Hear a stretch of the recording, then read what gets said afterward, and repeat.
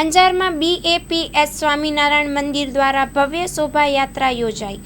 અક્ષર પુરુષોત્તમ મહારાજના વધામણા શોભાયાત્રા નીકળી। શોભાયાત્રાના રૂટ ઉપર શરબત, પાણી, નાસ્તાની વ્યવસ્થા કરાઈ હતી ને લોકોએ મોજ માણી હતી।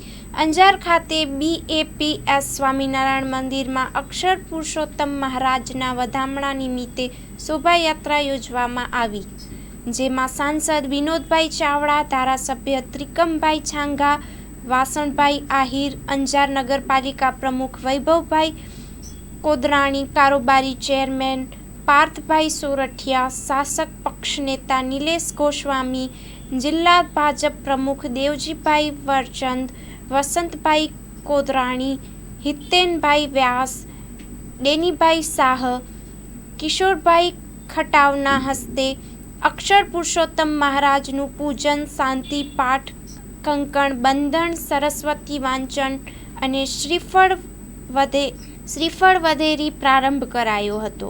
અક્ષર પુરુષોત્તમ મહારાજનો રથ સંતોએ હંકાર્યો હતો। માધવરાયજી મંદિરથી 12 મીટર રોડ થઈ જડેશ્વર મંદિર વર્ધમાન નગરમાં શોભાયાત્રા વિરામ પામી।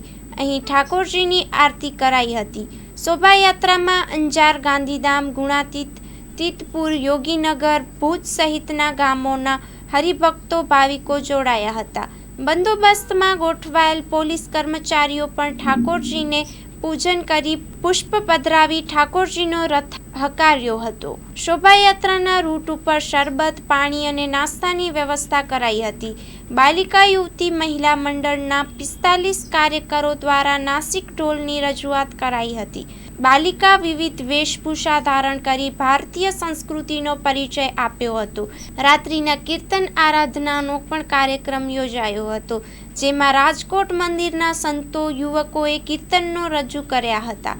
આ સર્વે શોભાયાત્રાના યજમાન શ્રી કિશોરભાઈ પરિવાર તરફથી આયોજન કરવામાં આવ્યું હતું। Report by Vijaysinh Sodha, Bhuj.